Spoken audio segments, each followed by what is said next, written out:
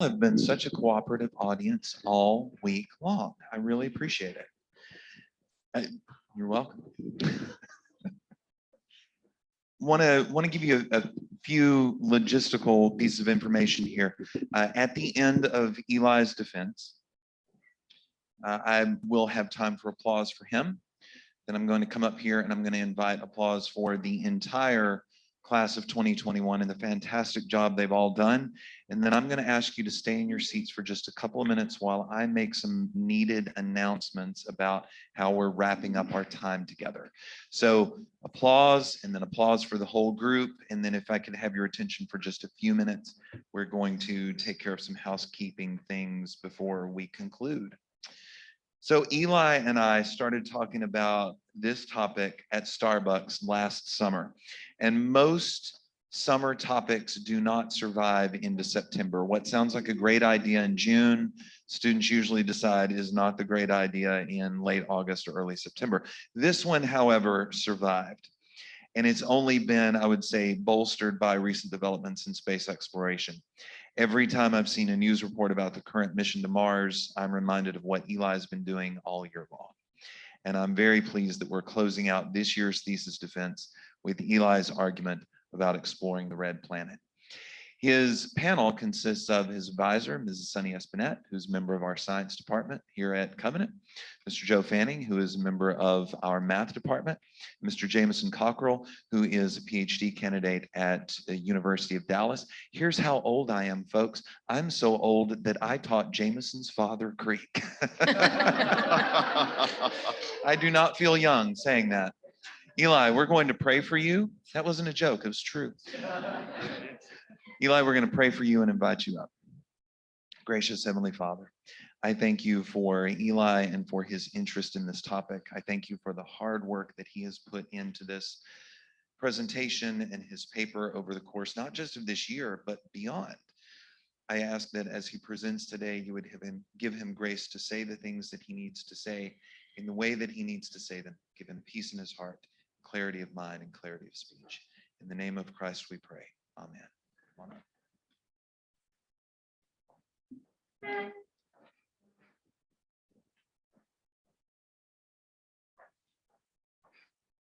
A young boy gazes into the night sky. His eyes fall upon a single twinkling star close to the horizon. He leans down into his telescope and gasps as he realizes it's not a star at all, but its rusty color and icy splotches on the ends reveal it to be a planet.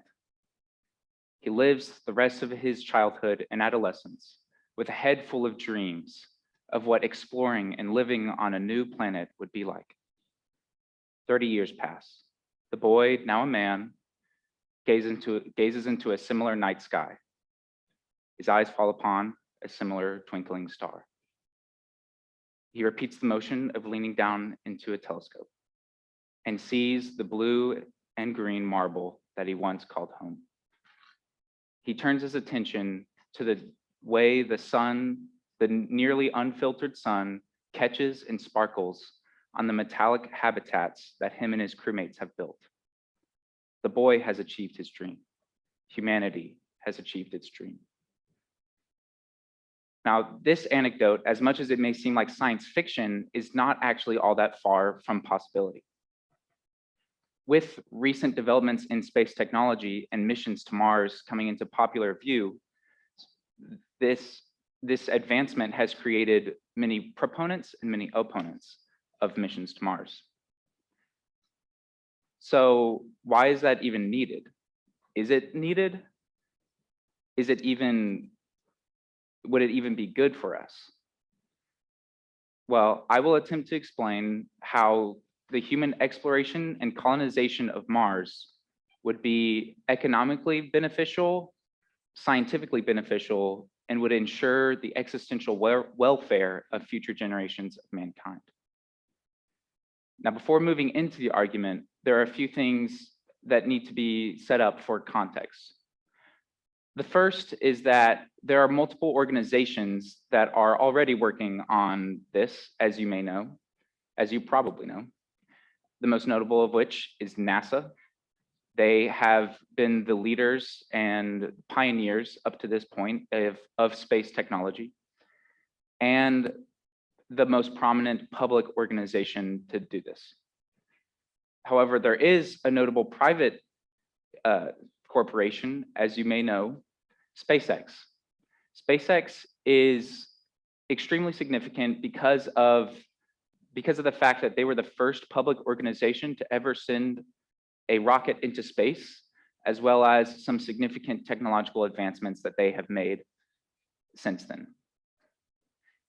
Now, it is also important to realize that once humans actually step foot on Mars, the colonization will begin in 3 distinct phases, the first of which is known as exploration. This has actually been going on for some time now, as we are able to explore remotely through the use of rovers and satellites. Now, once we are actually in person on Mars, this phase will greatly accelerate, and the progress we will make will be likewise. And this will be further explained later. Once we are finished traveling to Mars, the second phase will then begin. The second phase is known as base building.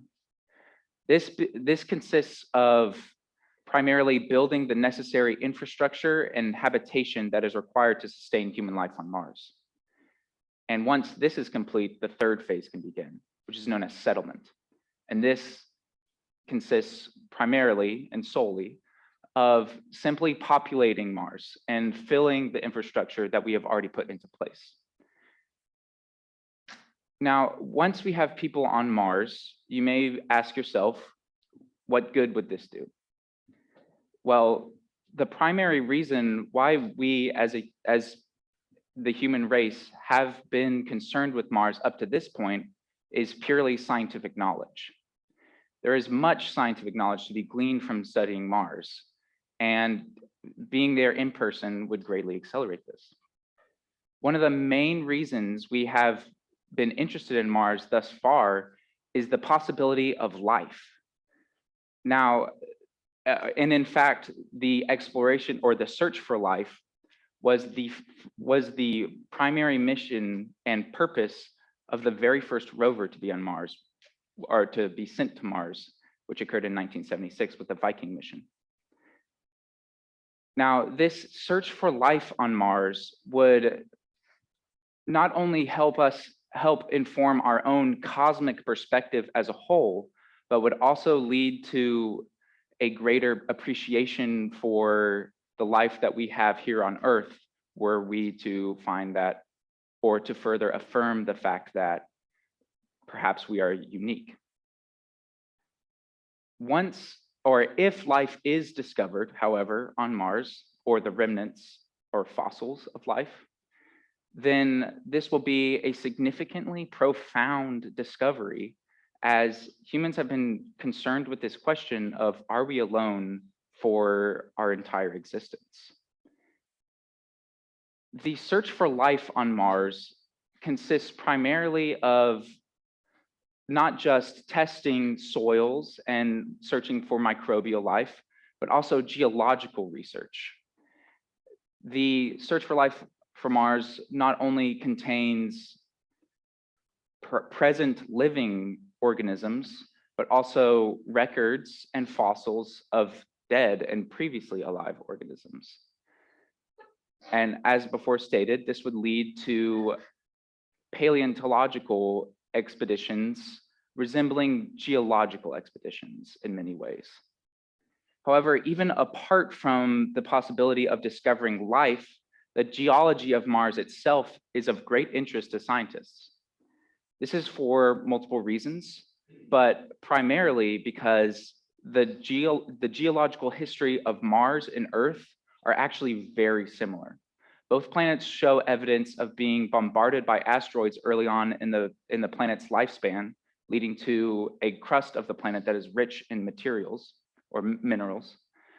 And both planets show early formation of magnetic fields, which then lead to formation of oceans. And even though Mars lost its magnetic field, there's still much to be learned from the overall processes of how a planet moves throughout its life cycle from comparing these two planets. And you may be wondering, well, why do we need to be on Mars to do that? Don't we already have rovers? Well, yes, we do. But geological expeditions are greatly hindered by the fact that we are not there in person. A geological research expedition consists largely of long treks over uneven terrain, as well as on-the-spot intuition and instinct and experience from the geologist. This obviously is not accessible with a robot. Now, even though these two areas of research would greatly enhance our own scientific knowledge, even the development of technology itself, apart from research fields, would be greatly furthered by colonizing Mars. This is because creating a colony on Mars necessitates technological advancement. This is a principle that is summed up in the words, necessity breeds innovation. Now, this can be seen in many different historical contexts, but and can lead to many different advancements made in many different fields. However, it is unlikely, or it is extremely unlikely, that our technology and our advancement as a civilization and as a race as a species, it is extremely unlikely that we would not be greatly accelerated through technological advancement through this, because we would require it to live. A couple examples of this are specifically in the field of space-related technology, as well as technology that would come originally from developments made in space, but would trickle down into the lives of citizens. For example, NASA in recent years has developed ways of decreasing the size of life support systems by 65%, which is a significant progression. And perhaps the most significant progression in the history of space travel since the invention of the rocket was made by SpaceX just a few years ago. You may have heard about the rocket that SpaceX launched that landed and was reused the next day. This has significant implications for the future of space travel, which will be discussed later when we talk about economics. In addition to actual scientific fields being developed through colonizing Mars, the day-to-day lives of citizens and the technologies that they have access to would be developed by this. This is known as the trickle-down effect and can be demonstrated by looking at the most recent push or the first major push for space exploration in our country's history with the space race. During the Apollo program, NASA was investing serious money and time into developing space technologies. Then entrepreneurs and commercial companies used the technologies that they developed and applied it in commercial and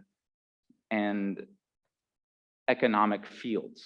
For example, the technologies that NASA developed with the Apollo program led to things that we use every day, such as microwaves, and many people who have pacemakers owe this to NASA, as well as X-ray machines, CAT scans, which are now CT scans, and many other significant pieces of technology that we use nearly every day.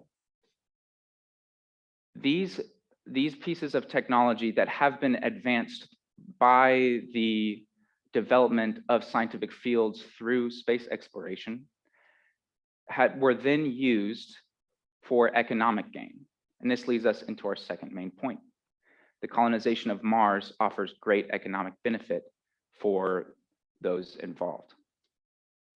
This can come in three main ways. The first of which is that the actual raw resources on Mars and around Mars are plentiful and can be accessed only by colonizing it. For example, the crust of Mars and inside the actual soil and rock are great amounts of many materials that are necessary to sustain life and that can be used for us after harvested. For example, it contains carbon, oxygen, nitrogen, and many trace metals. And actually, the reason why Mars is red is because of all the metal that is in the soil of Mars that is oxidized in its actual rust. So these materials could be harvested and used for our good. And not only are the materials on Mars available for harvesting, but around Mars as well. And in fact, many people think that this would be an even greater benefit, and that colonizing Mars would only be the sort of middleman in accessing the materials around Mars. For example, the primary source of these materials is the asteroid belt that lies between Mars and Jupiter and dissects our solar system, or bisects it rather. This asteroid belt is full of millions and millions of space rocks that contain all kinds of useful materials, among which are industrial metals, as well as precious metals such as platinum, and lots of water in the form of ice. And obviously, water is essential to life and development and could be used to sustain the lives of those on Mars through mining expeditions. In fact, there is so much, just to demonstrate how much raw resources there are available in the asteroid belt, there is one asteroid that is thought to be the former core of a planet that is 1% the size of Earth's moon, but contains more iron in it than the human race has used in its entire existence, which is a lot of iron. These materials could be used to benefit us in many different ways, as you can imagine. Not only do the surface of Mars, as well as that around Mars, not only do these fields contain much potential economic gain, but so do the technological advancements previously mentioned. These could be used to apply in commercial aspects and sold and function as a sort of trade between Mars and Earth once the Martian colony is developed enough, and stimulate both planets' economies. And many people hypothesize, or many experts hypothesize, that a sort of trade triangle would form between the asteroids, Mars, and Earth, with each providing the necessary resources to sustain life to the others. And if you know anything about historical economics, these types of situations are typically very beneficial for the economies involved. The reasons to colonize Mars thus mentioned have been largely material, but I am here to argue that the benefits would extend beyond the material ways and would benefit us and our virtue as a society. This would be primarily in the effect of unifying that having such a cultural struggle would produce. This can be seen in, well, first, you have to understand, and I'm sure you do understand, that we as a culture and as a civilization are very divided. I don't have to go into all the many ways that we split off into our own separate tribes and yell at the other side for being wrong. When you have a situation like this, it can be beneficial for one side to win over the other. However, the way things are looking now, I don't see that happening anytime soon, especially in fields like politics and religion. An alternative solution to this is, rather than allowing one side to conquer the other, to give the two sides a greater goal to aspire to and to work together with. This can be seen great results in the 60s with the Apollo program. If you know anything about the 60s, you will know that it was a period of great division and fear and hatred of all types of people, through things such as the increasing racial tensions, as well as McCarthyism and the Red Scare, as well as the anti-war efforts with Vietnam. When the tensions between different groups of our nation were at its highest, the Apollo program stepped in. Not directly, of course, but through the aspirations and ambition of our nation as a whole, we were able to greater unite the American people and give them a cause to unite under. And if you'll notice, when Neil Armstrong walked on the moon, he planted an American flag in the soil or in the dust. This shows that it was seen not as a personal accomplishment or as merely a governmental accomplishment, but as a cultural accomplishment and a national one. This produced an effect of unity that we could replicate by striving to achieve perhaps the most impressive thing mankind would have ever achieved, which is expanding beyond our terrestrial cradle. In addition to the potential unity that would come from this, we would also be reintroduced to the idea of struggle whatsoever. This can be seen through, or this is important because we as a society have become so focused on our own comfort and our own ease of access to the things we want, that the idea of struggling for something and having to actually try and commit resources to it is largely alien to us.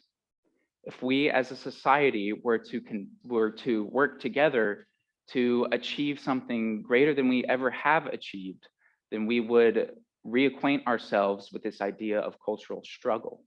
And this would help combat the largely hedonistic tendencies that we have. Now, it cannot be expressed, or it cannot be overstated how much this should be seen as an investment rather than an instant gain that is offered by this enterprise. We should see this not as a way that we can instantly access all these materials and the way that we can instantly access all these benefits, but as something that we can contribute to and invest in for the future of mankind.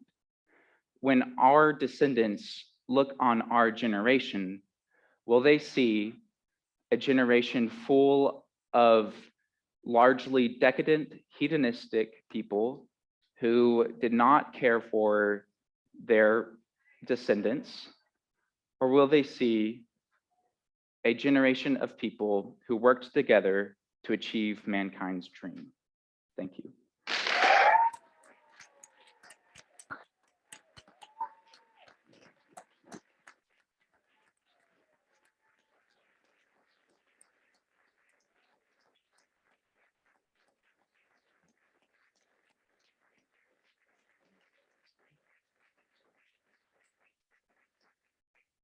Deep breath, Eli. You're almost done. We'll start with the panel. Hey, Eli, it's been my pleasure to work with you this year, and you did it. I'm just very proud of you. So thank you for blessing us. I have a question about the nature of life that scientists are looking for on Mars. Could you just give context to the group, what specifically they're looking for? Yeah, so I think we have done enough long distance observation of Mars that if life on Mars looked like little green men, we would probably know by now. Unless they were invisible little green men. But that would be awesome. Yeah, that would be so much cooler. So at this point, we are largely looking for microbial life, or as I said, extinct and fossils of microbial life. Okay. And as a follow-up, Mhm. if humans colonize Mars, are we in danger of shifting the equilibrium with our own microbial contamination and destroy rather than discover life on Mars? Short answer, if we are very careless, yes. But these are some of the most careful and meticulous people in the world. It requires a great deal of care to launch a rocket, and these scientists care very deeply about the prospect of life on Mars. So they are not going to populate an area unless it has been shown, and with reasonable confidence, we are able to say that there is no life that will be killed off by us introducing our own bacteria and microbes, et cetera, into the, not ecosystem, but environment. Great job, Eli. Thank you. So the desire and argument for unity is compelling and yet seems maybe faulty. With one country likely to be the first to achieve getting to Mars, won't they likely make a claim on its resources? And could there be resulting conflict over those resources, as well as even getting to the asteroid belt beyond? You mentioned a number of 10 to the 22nd dollars in your paper. So how do we avoid conflict over the claiming of Mars resources? So I think that gets a lot into the politics of space exploration. And that is a field that is still being largely explored and discussed with experts. So I think that that is not something that is completely off the radar of the people who are going to Mars. Currently, all of space is treated as international waters. So it kind of belongs to everyone in that sense. However, once we are actually living on Mars, there will most likely be a need for private property, which then raises those concerns of what if someone just steps foot on the planet and says, this planet is mine? Well, short answer, they're not allowed to do that under the current regulations, and we are developing answers to those questions as we become more invested in space exploration. So short answer, there are a lot of people who have that same question and are working on a solution. Hi, Eli. Hello. Great job. I appreciated reading your paper. I hadn't thought much about this issue, and I think I have, my mind has been opened. I did want to ask a question about a phrase that you use on the first page of your paper about an ethical responsibility to colonize Mars. So I was thinking, normally we think of an ethical responsibility in terms of something that we must do or something we absolutely can't do. So I was wondering if you might speak about, is there anything that we could recognize that would keep us from fulfilling this, if there's something that would prohibit our colonizing of Mars, ethically speaking? The only arguments in academic fields against colonizing Mars are on the grounds of ethics and ethical science. So you are not alone in having those questions. And I think that there are the most compelling arguments against it that I have seen are along those same lines. For example, I read this one article where a professor at Rice, I think, was talking about the principle of ethical, I talked about it in my paper. The principle of ethical scientific conservation or something like that. Basically, the concern is if we go to Mars, is that overstepping our boundaries onto Mars as the subject of scientific study? And are there better ways to conduct scientific study on our subject that would be better for Mars? That is a valid concern. However, I think that overall, there are lots of questions that raises, specifically with the like, to what extent do we seek to absolutely preserve the nature of that which we are studying? And if our goal is complete preservation, then we can't really do science.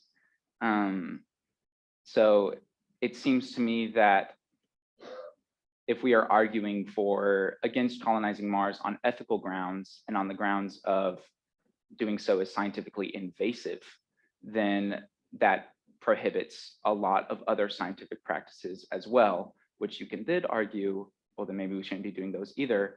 But I think that the logical conclusion of that is basically we can't really do science anymore. So that is an example of an ethical restraint that I have seen on that. And I'm sure there are more, but that is the main one that is proliferated in academic circles. Right, thank you. So I'd like to ask a separate question, a more general question.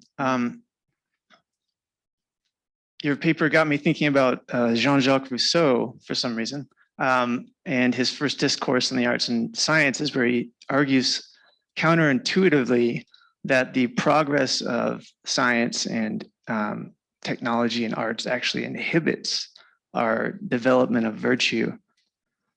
And there's some plausibility here, I think, because thinking of like our dependency on our cell phones or smartphones. Me just getting here, I had to use it for the map. And so you become dependent. So there's this argument about more technology, more luxuries, less free.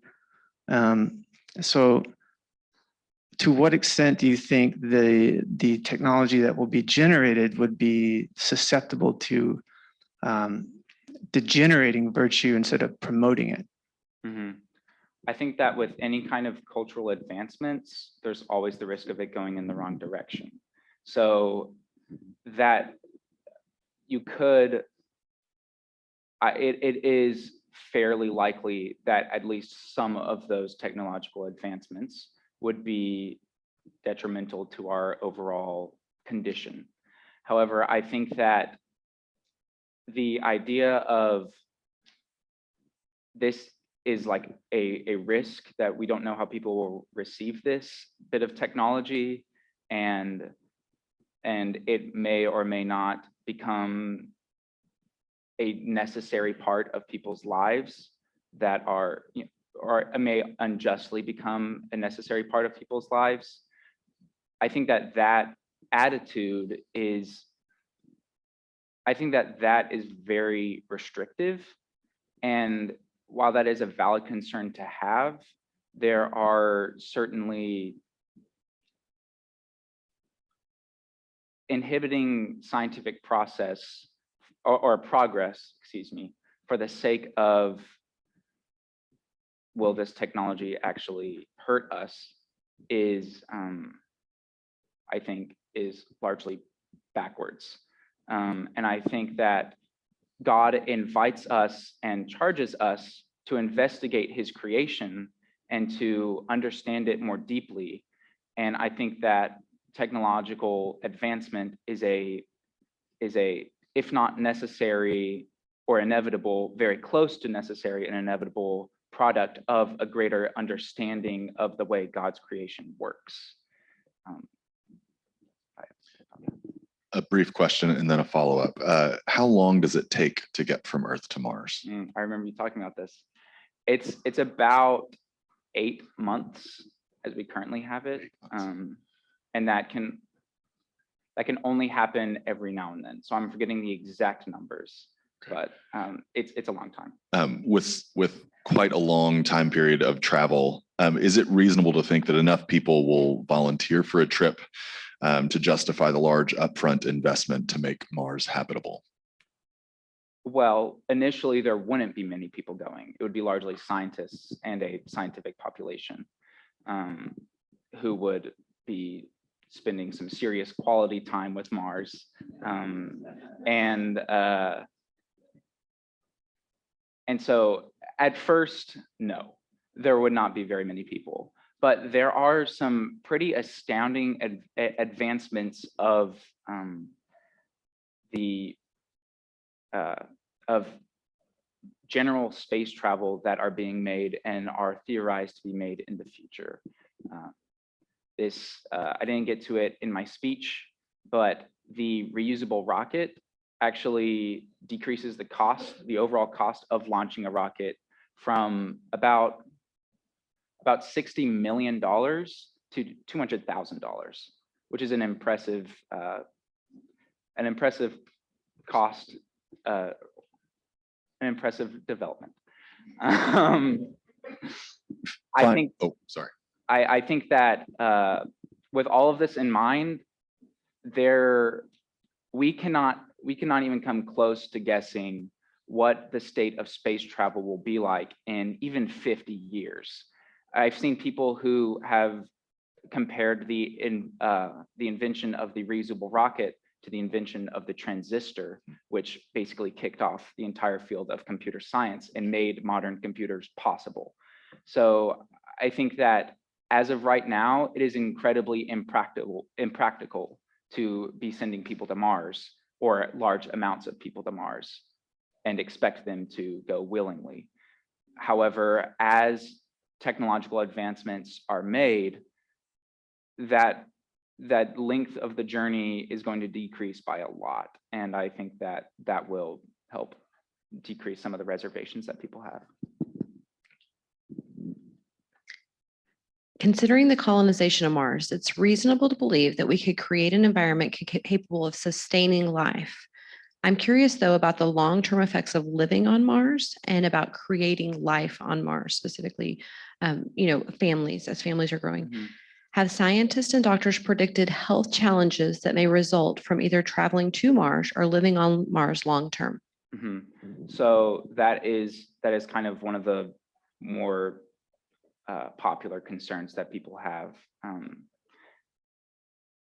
There are potential health risks with colonizing Mars. For example, Mars has about 1/3 of Earth's gravity, and so that could lead to what we would consider muscular atrophy and bone density problems. But I think that well, first of all, there are ways to combat that. There are also concerns about radiation and the fact that Mars doesn't have an ozone layer, and there are ways to combat that. I mean, there is no situation where we would be outside of our steel-lined habitat without a spacesuit on, and if that were the case, then UV radiation would be the least of your worries. And so there are potential health risks, but there are ways to combat that. And there would be no way that we would be going there and sending large quantities of people there without understanding what those health risks were and informing people of what to do about them. Thank you. All right, we have time for 2, maybe 3 questions. Mrs. Baker, I'm shocked. Great job, Eli. I'm very proud of you. My question is really simple. We've made Mars habitable.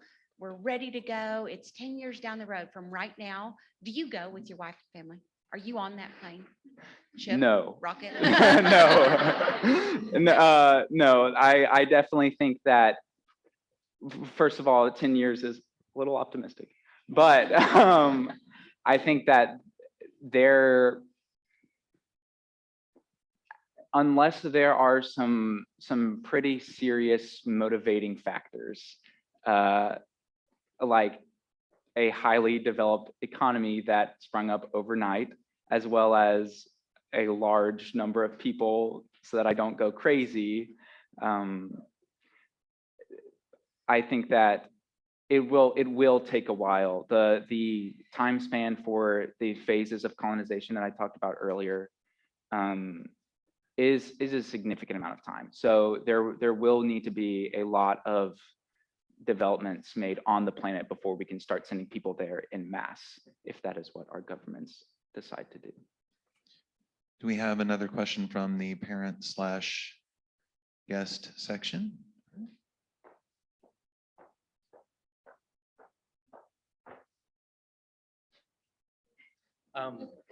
Thank you, Eli. This has been See, the one time I didn't give the ground rules. this has been really intriguing. Similar to what's already been asked, as it sounds like this could create a space race, but of a different kind. And as I think about it, it's also, I think about stewardship of how we treat the planets, but also the resources that can come from those planets. In your readings, should we be concerned as far as a space race towards security, our own national security, or even our own personal security? Does that make sense? It does make sense. I think that is definitely a valid concern. I also think that the space race in the 60s was largely motivated by political tensions with the Soviet Union, and the kind of end goal of the space race was not ultimately to achieve something for the sake of mankind. It was to potentially put nukes into orbit and blow up the dirty commies. So I think that the former space race that we have was largely motivated by factors that would call it into question. Do we really want our government to be doing this? I think that the way things are looking now, those factors would not be in play and are not in play in our current developments. So I think that security is always a valid concern, especially when it comes to large amounts of government spending. But the goal of NASA and SpaceX is not to put nukes on Mars. So we don't necessarily have that to worry about. Eli, you're done.